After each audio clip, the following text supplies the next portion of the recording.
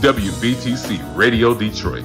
You can find us on Facebook, YouTube, X, and our website, www.wvtcdetroit.com, or download our WVTC app from the Play Store for Android users and the App Store for iPhone users.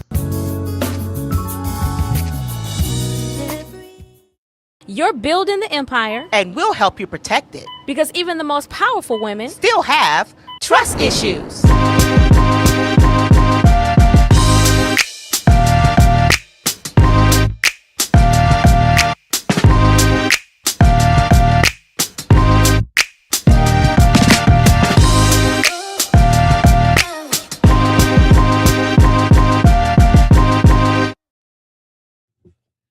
Happy New Year. Happy New Year. Praise the Lord. We done seen it through another year. This 2026. Amen. And yes. God is good. God is good. He's blessed us to make it to another year and to be here on this great station. WVTC is a blessing in and of itself, right? Oh, yeah. This is Trust Issues Live on WVTC. We are bringing you all of the legal and financial wellness for your life. Today, we're going to be talking about, we're going to look back at 2025. We want to see how you did. Are you implementing some of the things that we've been talking about? We're not just sharing this stuff for our health. We're sharing it for your life, for you to get better, for you to overcome those trust issues that you may have.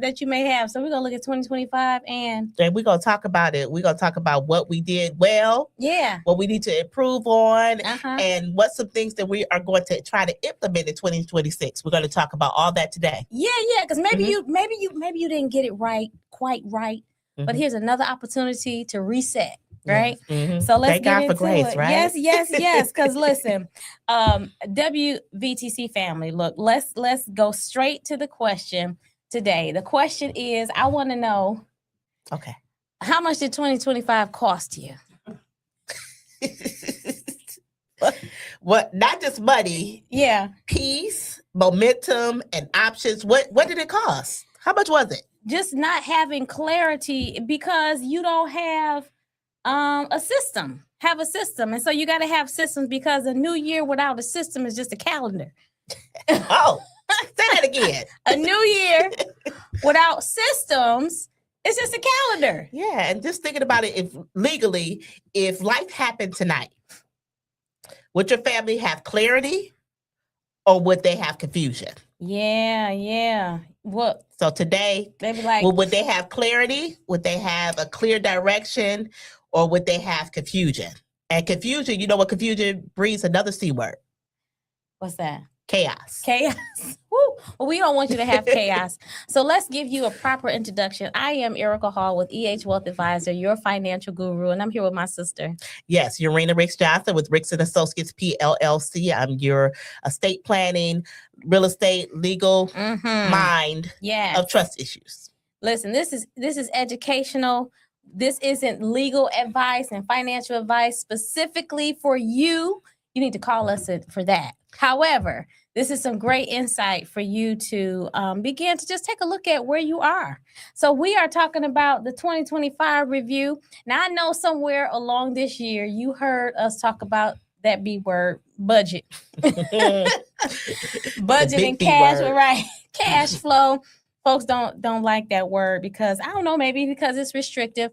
But if you did implement your budget, what did you come out with? Do you know whether or not you have a surplus or are you living in a deficit? Yeah, because deficit living is where legal emergencies turn into financial disasters. Yeah. So it could be just a short emergency, but it could turn into a financial disaster. Right. And you know, so whether or not you're in a surplus or deficit, that's to know is great. If you don't know, that's scary.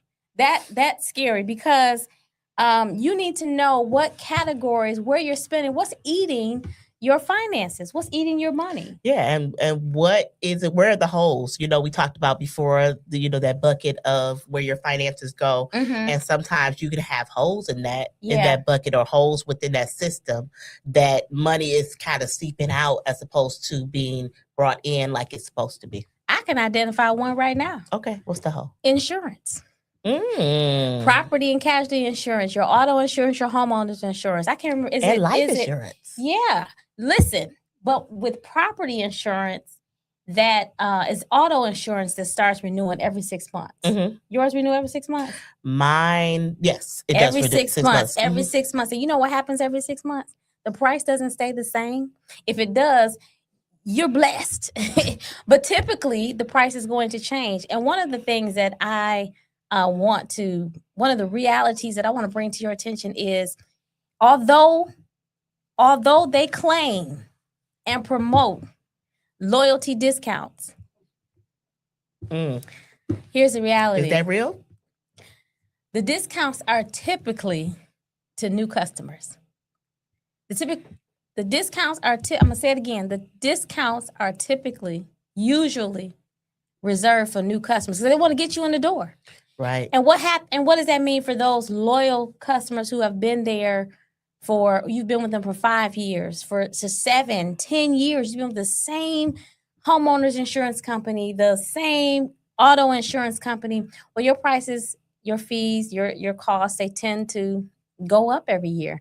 And you probably will get a greater discount if you switch companies. Or just shop it around. You know, I think that sometimes we get comfortable in, okay, here's the renewal, here's this, here's that. And we have talked before on the show about making sure that we're being proactive when it comes to things and making sure that we are looking at and taking a realistic look at our finances to see if we're getting the best possible outcome for what we're putting in. Definitely. And this is an area that you can bleed and you not even realize this is where you're bleeding, because you are set. You got half the battle. You have auto insurance. You have homeowners insurance. You're doing the responsible thing. But here's the thing of having assets. You have to be diligent and reviewing your policies. Yeah, a simple review could save quite a bit of money over a period of time. And then a lot of times we don't even realize that is something that's leaking or something that could provide more streams of income that's coming in as opposed to paying those premiums out. Yep. So that's one right off the bat. That's one right off the top. So do yourself a favor tonight, tomorrow. Pull those policies out. You should at least know when do they renew? Yeah. Every 6 months. It's not once a year for auto insurance. It's every 6 months is what I'm asking around. I know that's been my case for quite some time. I'm not an expert on auto insurance, so there may be some that are out there that are annual, but check your policies and know the date. Set your calendar, put that in the plan so that before that policy renews the next time, you have been shopping around and you know what the average rate is for your auto. Yeah, and what's the benefit for it? Let's say that you want to switch it to annual, or you want to do that switch. Would it be more advantageous or more cost efficient to do it? Or yearly, if it's even an option. Yeah. From that option. Yeah. When you're thinking about it, you think about it from the perspective of what's going to provide the best cost savings, but also provide the best coverage. Yeah, definitely. I think that's a great point, because knowing the details and knowing the details of your coverage, knowing whether or not you have broad collision or just no fault, what's required. I know getting into the details of that will definitely be another show, but those are the things that you'll be looking at to compare apples to apples when you're looking at those policies, whether or not they're the same amount of coverage, how much liability coverage you're going to carry. Apples to apples comparison is going to give you a really clear picture of what you're paying.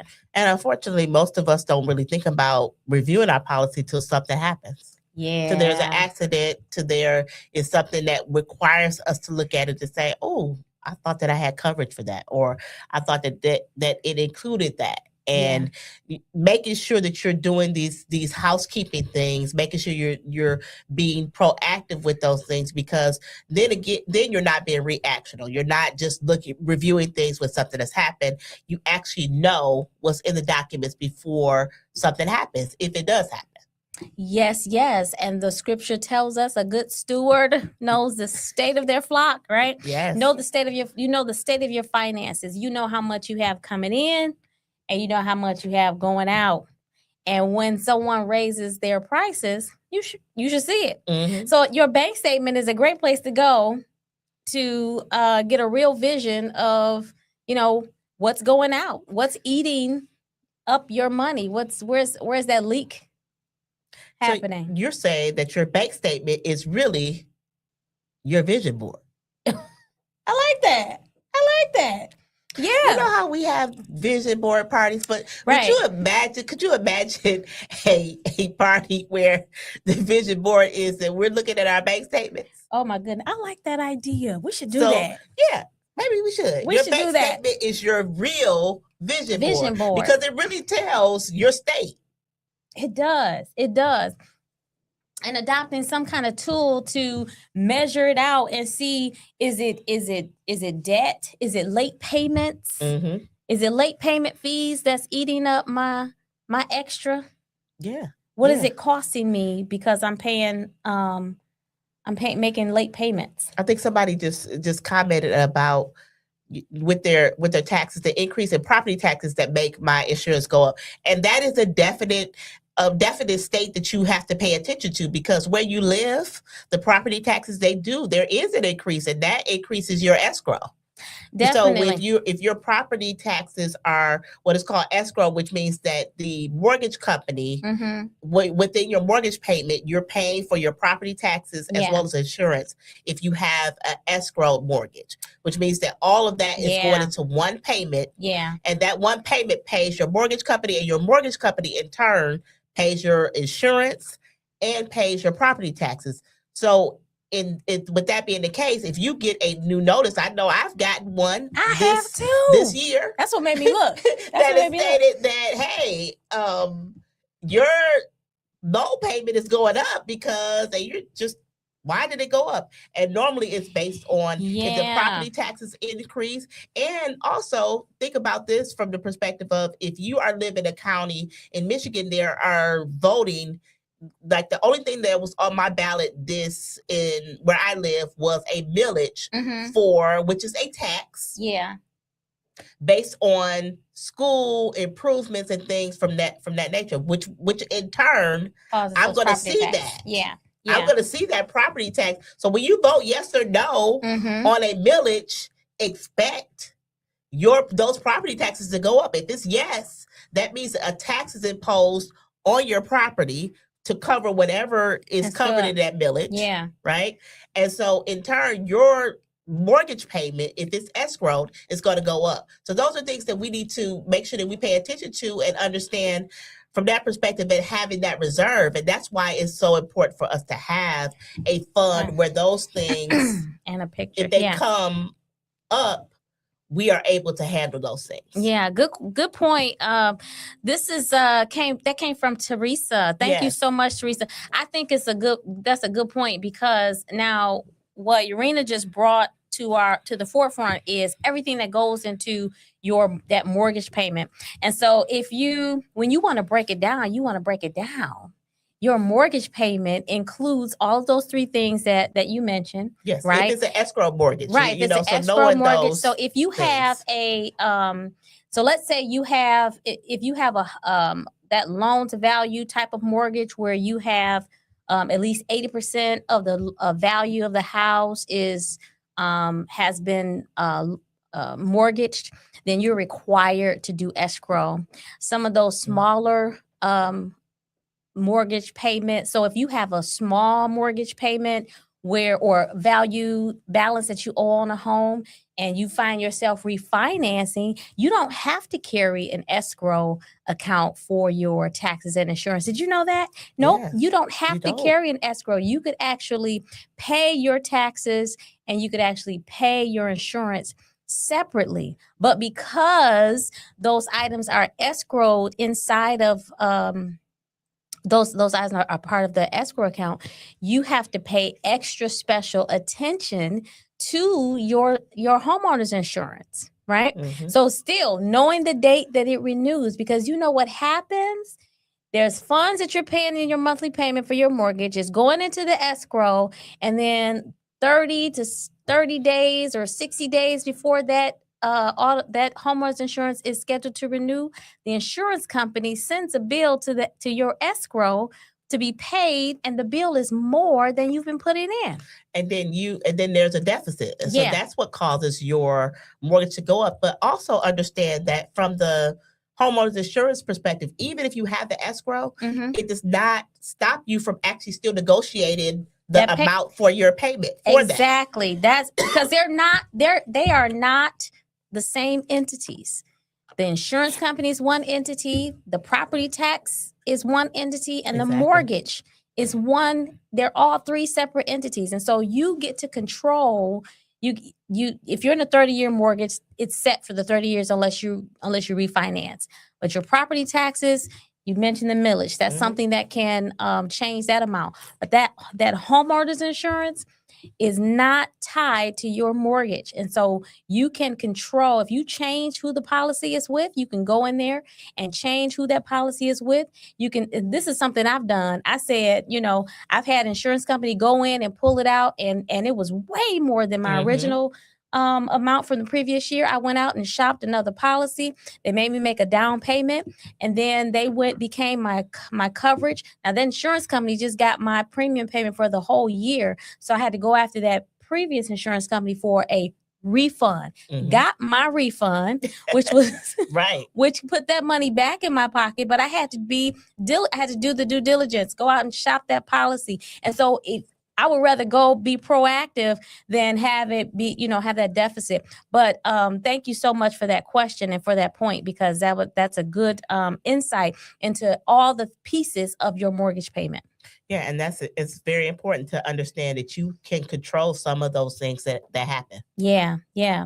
So with 2025, I think that it was a very insightful, it should have been an insightful year. Now that you've been listening and watching Trust Issues as a part of the WVTC family, we have been putting these tools in your belt. Hopefully you've been implementing some of these things so that you can be in a better financial position this year going into 2026. Yes, that is definitely our hope.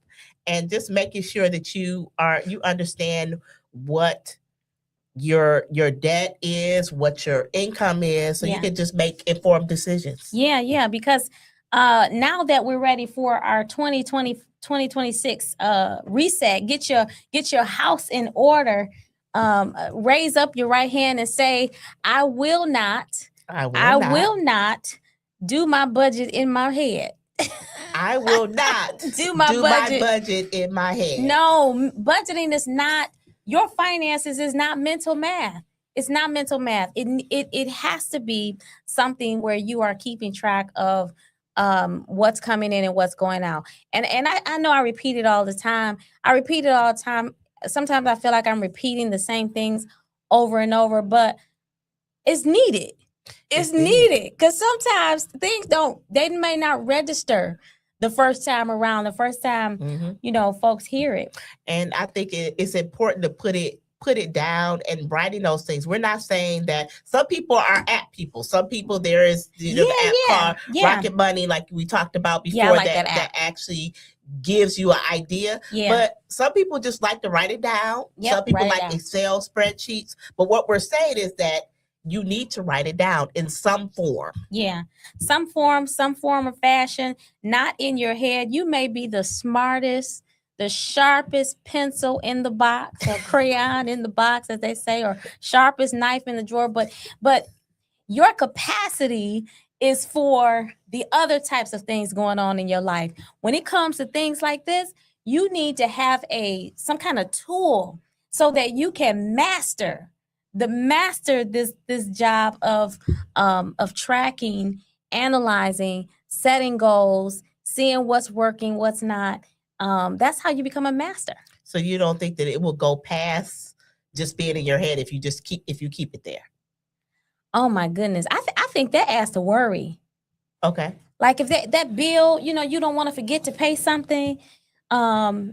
You don't want to forget to, did I account for everything? Because you don't just have monthly bills. You have annual bills. You do. You have quarterly.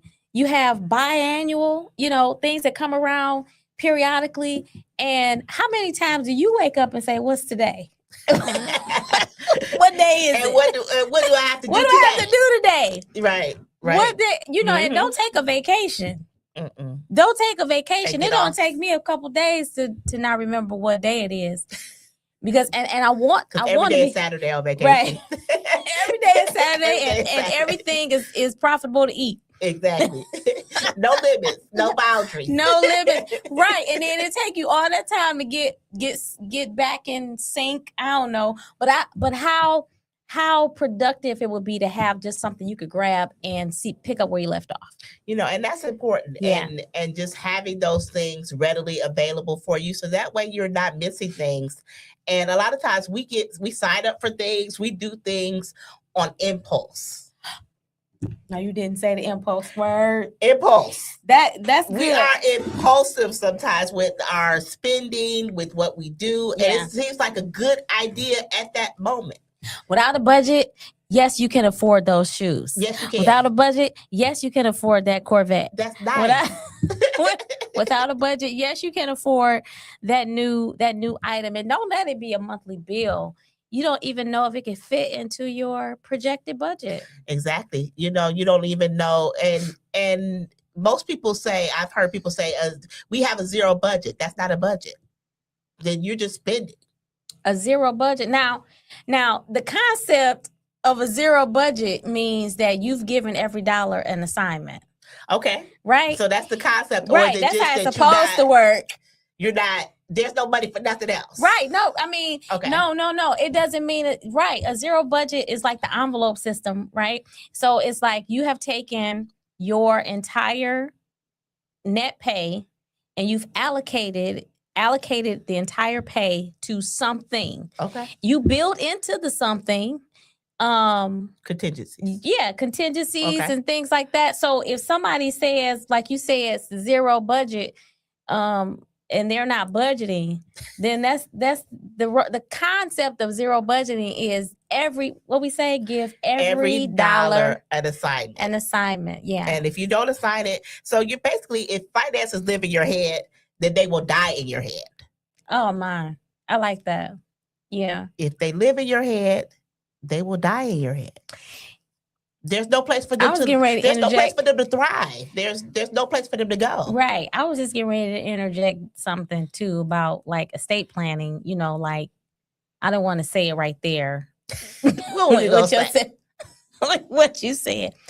If your estate plan live in your head, it's gonna die in your head. Same concept. That's mean, but same concept, but it's true. If your estate plan is in your head, you know how many and nobody else knows, right, what your plan is, it dies in your head. If you take it with you. Yeah. If your estate plan is in your head, you take it with you. Yeah. Yeah. And unfortunately, we don't need it in heaven. That's not fair to people who We don't need an estate plan in heaven. Yeah. God don't need our estate plan. It's his estate plan. It's his estate plan, right? But we have to give every dollar an assignment. We have to do that, and we have to be proactive. Whether it's, I've seen at certain places that people have the envelope system, like you said. Yeah. And I want to tell you all a story about my husband and I, early on, because my husband is a cash guy, he wanted to make sure we were planning for certain things. So we were putting a certain amount of money into we was putting it into a shoebox. And this is when my son was very young. Okay. So we were just planning for different things. And my son is a drummer. Yes. So we were planning, and we had gotten up to quite a bit in the shoebox, and we would just, every time we got paid, we would put money into the shoebox, right? I'm scared. So one day we were looking, because we were just we were saying we was going to take something out of there in order to go ahead and purchase something because we had saved. Okay.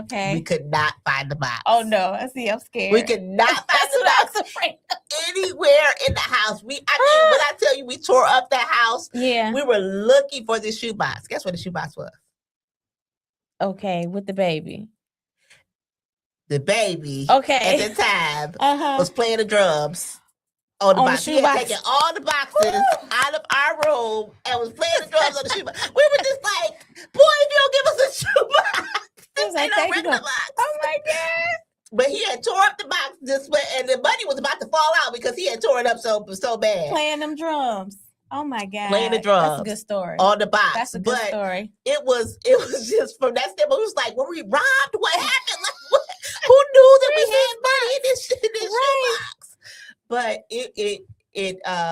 But that's a great way, like early on, and this was early on in us being married, but it was also a way for us to kind of connect to, because it was kind of like we were all both making a commitment to do that, to save, and just really kind of talk about making sure that we made that commitment, because I was not really into cash like he is.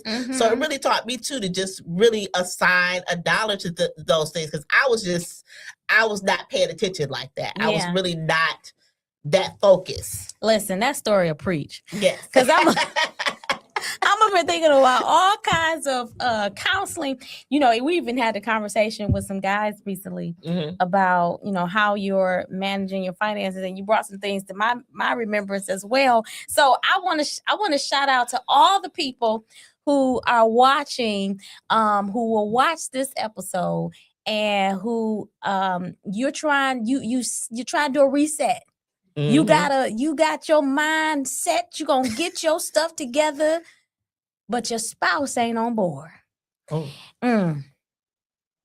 do you do? Listen to the Lord. listen. First thing you want to do is pray.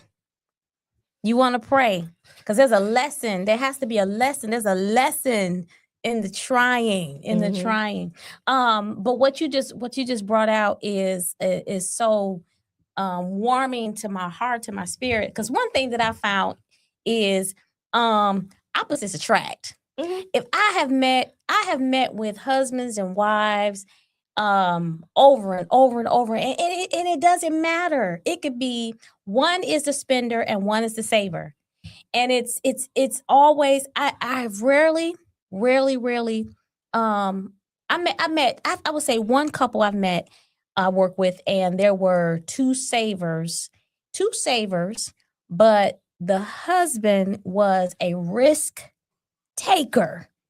He had saved the money and put it all in, you know, in high risk. Yeah. You know, yes. He was a risk taker. And she was more of the conservative. Okay. But you're gonna get those opposites attract.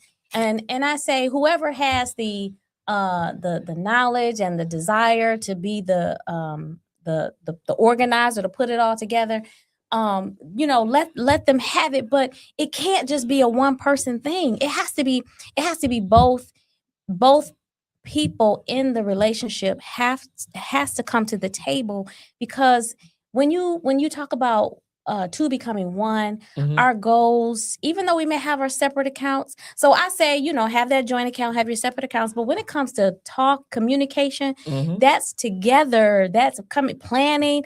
What's our threshold for when we decide that we're going to discuss it with each other first before going out and making those big purchases, you know, buying a car, buying an investment property or something like that. There's a dollar amount, or just setting up what those parameters are. And what you just described, that story, that's it. Yeah. That's a great example of beginnings of how y'all started off that way. It's a funny story. Yes, but we started it's a scary story. You almost lost your money.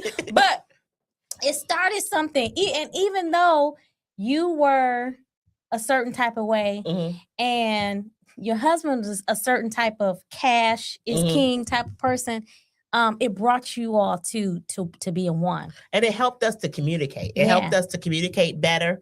It helped us to, you know, to listen to each other's point of view when it came to saving and things like that. Because, you know, when you coming together as one, you coming from different perspectives. Yes. And you gotta, even though somebody has a different perspective than you got to still understand and respect it, even if it's different from you. Even if it's different. I found that that was a lesson that I had to learn recently. I've learned it, and I really appreciate it. And so I had to let go, and if it's somebody else's way, it's okay. It's okay. It's okay, because you're spreading out the work. You're spreading out, and people want to be able to see their ownership or see their mark on something. It can't just be your way. Even if you feel like your way is the right way, it may be right in your eyes, but the right way could be the way that God has designed for the two of you. Right? That could be the right way. Exactly. And just being flexible enough to understand that that's what the Bible talks about, the mystery of the two becoming one. Oh, and that's it really is what mystery. it is. It's a mystery because it takes a lifetime you have to figure out. And it is, and you have to be intentional. Yeah. You have to make a decision every day to say, okay, am I going to be open to this person? Am I going to be open to maybe a different point of view than what I've been accustomed to or growing up to? But I promise you that if you are open, that you can grow some places together. Oh yeah, it's gonna be blessed. It's gonna be blessed. And so identifying what do we consider an emergency? What is going to be our goal? Or what's our next? We reach this level. What's going to be our level for in 5 years? And how are we going to work together to get it? Because that was a question that I'd asked when we were on the show a couple last week. And I'm thinking, if only one person is managing and doling you out your budget, what happens? How do you decide where are we going? Yeah, together. And you have to be open to the fact of we have to make these decisions together. Yeah. And that's important. And then talking about a savings plan and just knowing and being flexible, because sometimes somebody may violate it. Because somebody may go off a little bit and giving each other grace. It hurts. I think it hurts. So that was something that we discovered. I discovered it in my relationship, that discussing going over the budget, going over the bills was a painful experience for my husband. So he would get upset. He would get so upset, but he wasn't upset at me. He was upset at DTE. He was upset at AT&T. He was upset with Consumers Energy. He was upset at how much, he would get so upset. He would be like, "Why is this bill so much?" I'm like, I don't know. We're living, right? We're living. We're living, and this is what it costs to live. And so, it's one of those experiences that like you hear people say, adulting is ghetto. When you become responsible and you look at how much it costs to live. I have reached this point in my life right now. I'm at this point where I'll be looking at all the stuff I have, like, why I got all this stuff? You got to maintain. You got to pay maintenance to maintain for all this stuff that you thought that you wanted, and now that you have it, you got to put insurance on it. You gotta keep it up.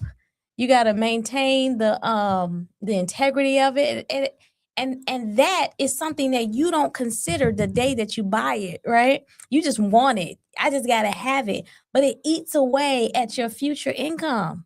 And that's what we talk about, impulse too. Yeah. We talked about before about impulsiveness. A lot of times when we have things in front of us, counting up the cost that we talked about, as far as making sure that we are looking at the fact of what is this going to cost us in the long run. Yeah. Oh my goodness. Having enough foresight to take care and handle things now, like knowing that just because you tell your baby they're your favorite, that they're going to handle things correctly. If you needed you had a medical emergency, I think one of the most responsible things that we could do looking into the future. I've shared with you that every time I would get ready to go on a trip, and I'm right before I get on the airplane, I would say, "Oh, I should have did my trust. I should have taken care of my estate plan." I don't think about it until it's time, and I'm so glad that I've and being specific about what you want, what you don't want, and even when I remember having the conversation with our, our family, having the conversation. And then some of the things that are important to us that your family needs to know. And then some of the things that you don't, that aren't so important. Like for me, my kids were asking me, so what do you want at this? I'm like, those things don't matter to me. Some of those things don't matter to me per se, but my husband, I know who I don't want. But I can say certain things like that. But just knowing how specific you want to be. Do you want to be specific down to, I want y'all to sing I'll Fly Away. Mm-hmm. I want y'all to sing, but I don't want y'all to sing. Say, oh, Mom, I don't want to talk about that. Mom, I wasn't even thinking about it. I don't even want to think about I don't want y'all to sing Near the Cross. Like just say stuff that you want and that you don't want. Just be as specific as possible and just making sure, like you talked about, just not have it in your head like they know me, and that's what I hear a lot of people saying sometimes. Oh, my family, they know me, they know what I want, they know me. Spell it out for them. Yeah. They may think that they know you, but for the perception, people's perception of you becomes their reality. Their reality, so they perceive it. Especially if you have a very large, close-knit, extended bunch of siblings and family. Everyone has a say so, but you get to quiet all of that with an estate plan. Yes, when you have those things written down, it, like you said, it silences, it quiets all of those things, and just making sure that you have those things written down and you have beneficiaries on there. And a lot of times I think people think that when you have an estate plan, if you still don't have beneficiaries on your account, people think that you can actually take documents like a will into the bank and they're going to give you this money, and they're not. Mm-mm. Now, if you have a trust and the trust is a beneficiary on the account, then yes. But if you have a bank account and your family has a will and there's no beneficiary on the bank account, you've just missed it. Because now they have to go to the probate court in order to have access to their bank account. And most of the time with my clients, that's the majority of the time when I have to go to probate court for them, is because there are bank accounts out there that are not assigned. There's property out there that's not assigned. So that's the reason why we're so adamant about writing things down, making sure, because a lot of times we don't think about certain things because we may have not had interaction with that account in a minute. How many bank accounts do you have? How many? A bunch. How many investment accounts do you have? How many accounts do you just have where you have put a certain amount in it? Just put a couple things in just to see if it's going to work or not. Well, some people, when they say don't put all your eggs in one basket, the interpretation is multiple bank accounts. Mm-hmm. But the actual application is you have in different types of investments. Yes. Right. You have different kinds of assets that you're holding, but not multiple bank accounts. And I don't know, you may go to these different institutions because of you get $500 for opening up an account, or this one has free checking. This one has a higher interest rate. But again, as I talked about, every time you more work for yourself of keeping track, and banks don't typically force you to put a beneficiary. They don't, and they don't even bring it up.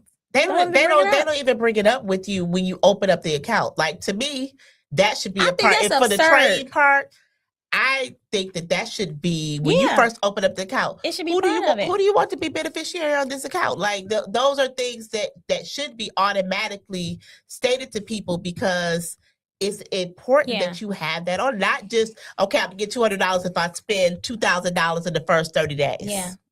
If I deposit $2,000 and I think that's the difference between their interest and having someone who's working in your interest. Mm-hmm. So at EH Wealth Advisors, we don't open up. We don't open up any accounts without a beneficiary. Every single account has some type of beneficiary listed on the account, and it is because that is the prudent thing to do. Who wants to be scrambling? Exactly. And just knowing, and like you said, writing those things down is just important. And sometimes it's a hard sometimes conversation to have with writing everything down, because it's really you looking at the good, the bad, and the ugly, like what you're spending, like we talk about with the bank account, with that plan, with that vision board, looking at where you want to be and doing. I remember, my husband, we have like a thing in our room that has like an account with a whole lot of money in it. Right. And we just look at it periodically. That's our goal, just put that in front of us. Right. Yes. But put it on the wall. But just put it on the wall and say that we're going to get there. Yes. We're going to get there. I write on my walls too. But also all over the walls.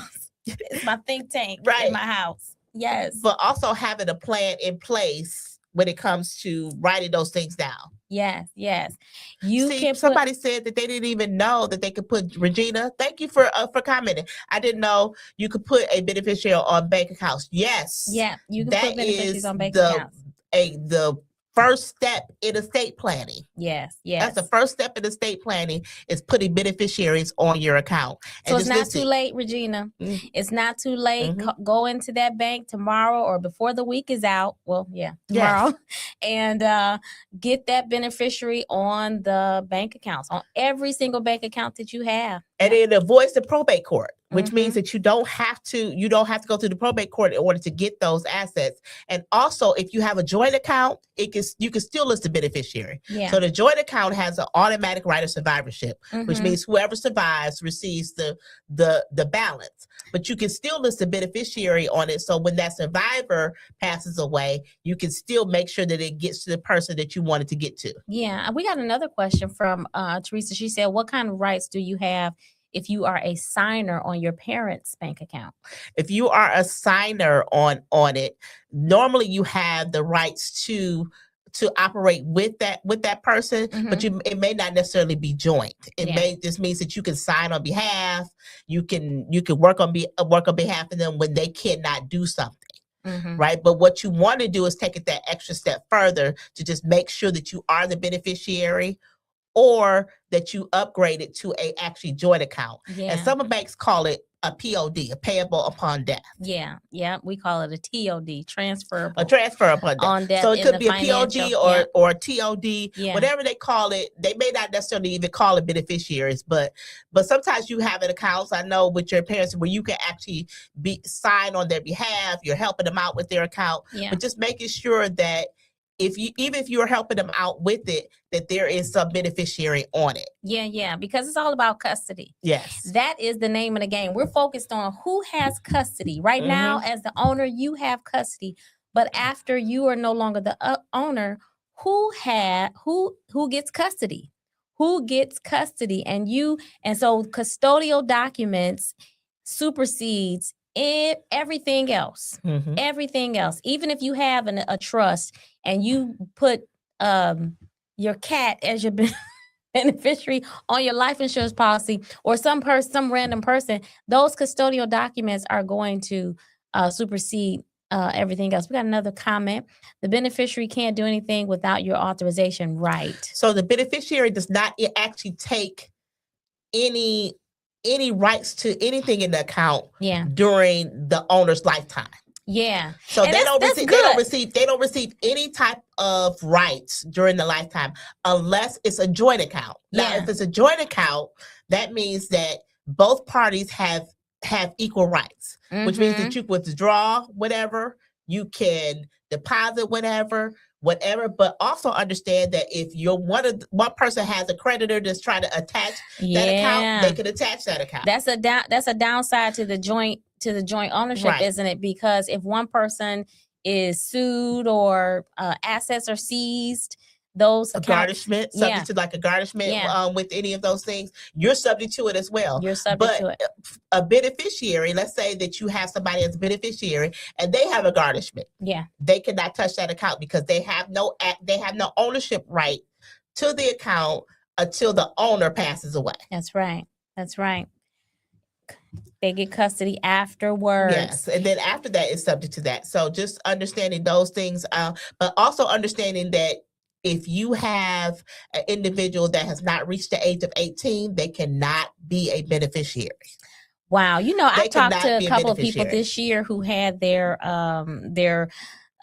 grandchildren, young niece, nephew as beneficiaries on life insurance policies and on accounts, and you'd be surprised how many people they do that, even if the parents are alive, what have you, because they want to make it a direct gift or something to the young person. But that is that's a mistake that a lot of people make in naming beneficiaries. And that's the reason why we're talking about reset. Because if you have your child on the account and they could be 16. Yeah. If they're under the age of 18, they cannot receive those funds. It has to automatically go through the probate court in order to put someone over as custodian over it. You have to have a conservator over the account. Yeah. You have to have that over the account. But to avoid that, you can have your trust be the beneficiary. Have the trust beneficiary. Yeah. Your trustee, who has to be over 18, had to be custodian over the account until the child reaches 18. But the good thing about that is that you can say, hey, I know my child, maybe they are not responsible at 18. Maybe I want it at 21. Maybe I want them to have 5,000 at this time. Maybe I want them. You can be as specific as possible. And the goal of the trust is to provide assets and an inheritance for your children's children's children. Right? It's not just meant to be at the first generation. You have people that are living off of trust funds now because great grandfather decided to have a trust, and now those new trusts gets to be created after every generation because it was stipulations within that trust that says that this will keep on going. Yes. We sing about it. We say, Grandma prayed for me. Grandma saved for me. Hallelujah. Yes. That's a great. You can pray and save for me. Save. Yes, Grandma. Yes. You can do both. Wonderful. I know that's right. That's what my grandchildren gonna say. Grandma saved for me. Grandma saved for me. Save for me. They left me more than just those words were great. That fur coat was nice. But they left me something to continue on from generation. So that way, the generation, I don't want my children, grandchildren to have to deal with some of the financial challenges that I had to deal with. Yeah, we want them to start off ahead, not behind. If we can start and part of like it that. is just financial literacy and understanding. One of the things that one of my clients put in their trust, I just learned when they read the trust to me, was that their grandchildren, she said, I put in the trust that my grandchildren has to take a financial literacy class with you before they receive the funds. And I said, nah, that is wonderful. That's amazing. Wonderful. And that's the thing about it too, the education piece. And that's one reason why we do what we do. Because the education piece is so informative and is so important, because it's almost like people that we hear about that have won the lottery and within a year they're filing for bankruptcy. Yeah. Because they were never given the tools in order to manage the money properly.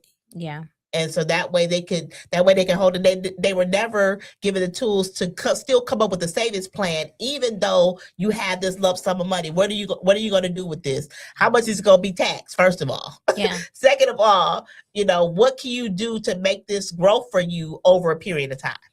Listen, I hope that that you have gotten some really good tools and information that you can implement. If you've already implemented these things, then you need to tell somebody else who needs to hear this information. Yes. But before we go, in our last few minutes, let's talk about the business owners.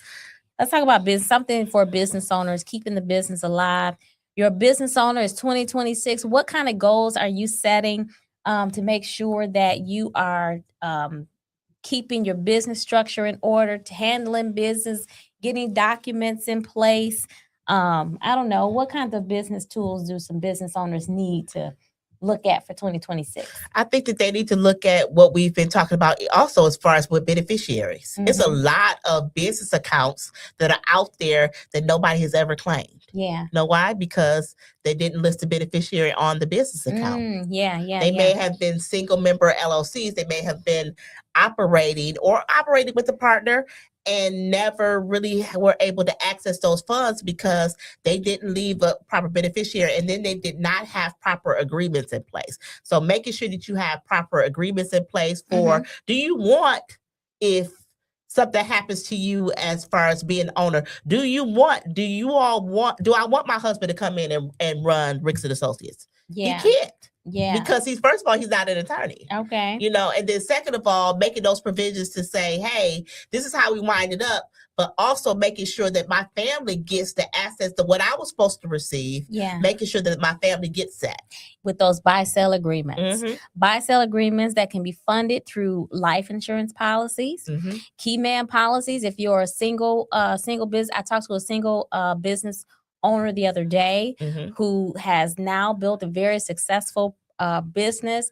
That how do I pull the value out of this property so that my children, my family can live off the benefit, the value of this business if anything were to happen to me? That key man policy, your business can fund a life insurance policy on behalf of you, as you're the insured, and your family is the beneficiary, as well as the business to pay off debts and things like that. So taking care of those types of things. And even maybe this is the year as a business owner, you've decided that you want to start putting some money away for your retirement, opening up your simple IRA or your SEP IRA or your single person 401k if you're the only person in your business. Yeah. And so those are benefits that you can have ongoing. So eventually, if you want to retire, you have something to fall back on if you're trying to retire. Oh yes, definitely. I want to make sure that I'm thinking about my future. I'm thinking about today. I'm thinking about that time in the middle. And so those are different ways that you can approach those different time frames. And so I think that's a good reset for 2026. You know what I want to do something? What you want to do? I want to give some free tools away. Okay. I want to give some free tools away. You remember how we were talking about a checklist? We have a toolkit that we would love to give to you. This is your 2026 reset. It's a checklist to look at your financial picture, your estate planning picture, your business owner, some things that you just check the box. Just check the box, get the free gift. This is how you'll get the gift. When you watch this show, put your information in the chat. Put your information in the chat. What do we need? Their email address? Put your email. Put your information in the chat. And we will send you out our free toolkit for 2026.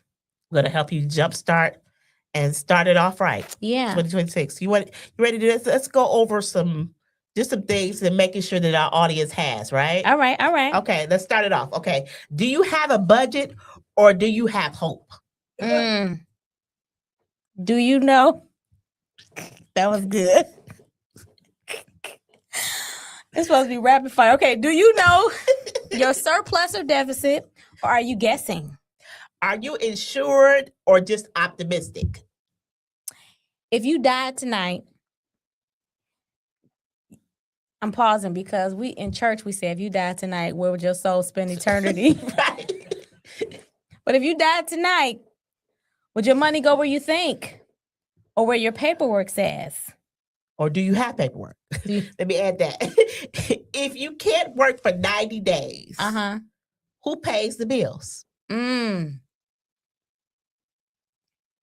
If you own a business, do you have a buy-sell agreement or do you have a future lawsuit? Is your emergency fund real or is it a credit card? Ouch. Are your finances in a written plan or trapped in your head? Because what do we say? If they live in your head, they die in your head. And the new year without a plan is just a calendar. Wow, those hurt. I mean, if you've implemented some of these things, maybe this is just a reminder. You want to get our checklist, you want to get our toolkit to get the year started off right. And so set for yourself for the next 72 hours, start tracking your spending. Mm-hmm. Track your spending. See where you're spending your money. Look at your statements from 2025 to see where the leaks, where the bleeding is happening, and plug them up, make some changes, get control of those policies. And do you have a budget in your head? Mm-hmm. Or have you written it down? So make sure you calculate your surplus and your deficit this week. And start with that. Just calculate, what do you have left over at the end of the week? What do you have left over? Mm-hmm. Or do you have a deficit? Mm-hmm. Mm-hmm. So just start with the week. It's Friday. That's a good activity for tomorrow. Deficit means that you can't pay all of your bills. Yeah, I've been there. Yes, we both. So, yeah, you can't pay all of your bills, and so you're trying to figure out where to cut or how to make more money. I mean, you have some real questions to answer. Yeah. So this toolkit should help you to take another look of a review or a reflection of how you have your accounts set up, as Kevin Hart says. And business owners, just looking at the structure, insurance, whether your buy-sell agreements are in place. Mm-hmm. So buy-sell agreements they're funded with insurance, but they're also a legal agreement. Yeah, it's a legal agreement that you develop, and it basically is just a kind of roadmap to all the what ifs. That's what that buy-sell agreement says. It's basically incorporated into your operating agreement, or however your shareholders agreement. What happens for all the what ifs? That's what's in that buy-sell agreement, and just making sure that you do your legal check from a personal standpoint as well as from a business standpoint, that you have beneficiaries on accounts, that you have the proper documents in place, that you have the proper personal documents, and that you have the proper business documents. Yeah, because life happens. Life is always changing. New babies, new assignments, new booze. I don't know. Life is always happening. Life is always changing. And so these are things that we have to take a look at from time to time. And so I know you're only one person and it's a lot to manage, but do the hard thing. Do the hard thing so that it's not a hard thing later on, or a difficult or unmanageable thing for other folks that you love. You love them. Cover them. Make sure that you leave clear direction, clear things, and don't assume. Don't just let it live in your head. Because what did we say? What happens when it lives in your head? It dies. It dies in your head. That must make me sad. It makes you sad. I don't want to say it. I know, right? I don't want to say it. Well, thank you so much. Thank you for joining us. Yeah, for joining us today. This has been good. This has been really good. I hope this is a great start to the new year for you. It's going to go by like that. We're going to be talking about, next thing is going to be summer, and then it'll be the end of the year, and you're going to be looking like, oh man, I got to get started. So start today. We implement. The thing today is a reset. Today is about recap of 2025. We're not here to say, okay, you did everything wrong you did in 2025. We're saying that today we're doing a reset. We're looking at the state of where we're at. We're asking you to write things down so we can make the best decisions that we can make in 2026 moving forward. Yep. Let us know how you do. Yeah. Let us know how you come out. This is Erica Hall with EH Wealth Advisors. And Urenia Ricks Johnson with Ricks and Associates. Trust issues. We'll see you next time. See you soon.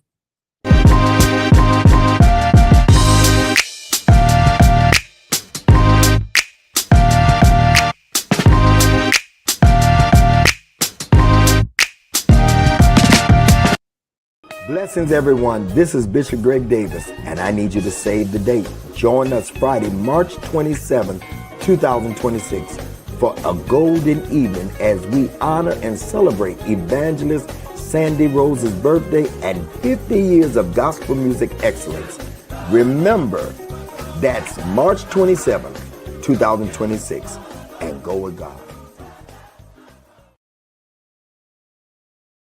What's up, everybody? It's Kevin Stewart Jr. here from Detroit, Michigan. Listen, on my spare time, I'm always tuning into WVTC Detroit Radio with Auntie Sandy. Y'all tune in. Bye.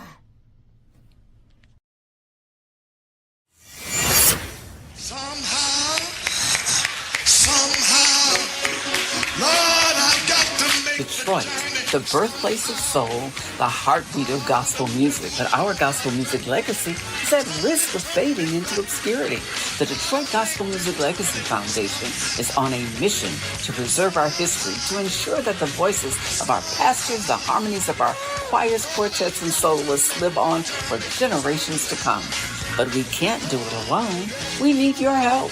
If you have Detroit church archives, obituaries, concert souvenir booklets, gospel LPs, radio shows, cassettes, or sheet music, don't let them vanish. We'll digitize and preserve these treasures at no cost to you, and we'll return them to you, keeping our promise to honor our history. Reach out to us at DetroitGospelMusicLegacy@gmail.com and start your donation process. Together, let's ensure that the soul of Detroit lives on. Donate your gently used items to the Detroit Gospel Music Legacy Foundation today.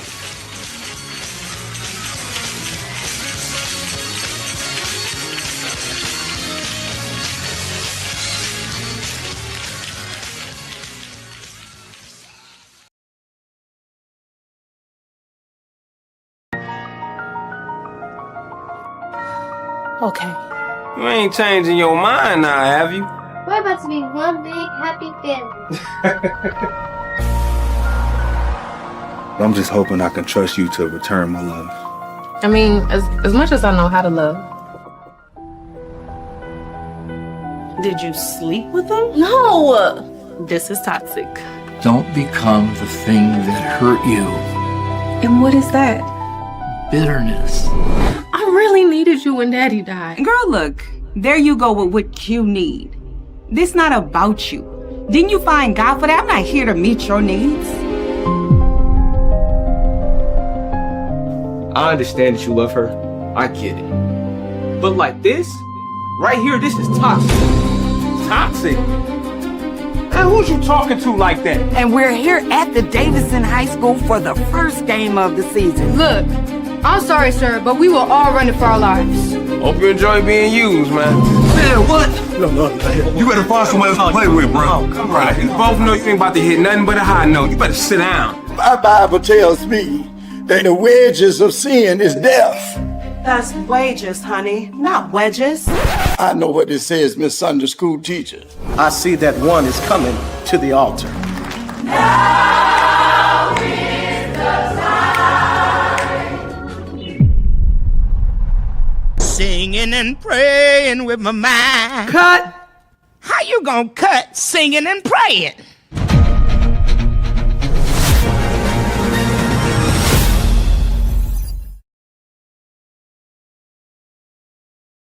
Hey y'all, what's up? This your girl Coco. I need y'all to check out WVTC Radio Detroit. Yes, WVTC. Say it with me. WVTC Radio Detroit. You're listening to WVTC Gospel Radio Detroit, and we're flowing in the spirit.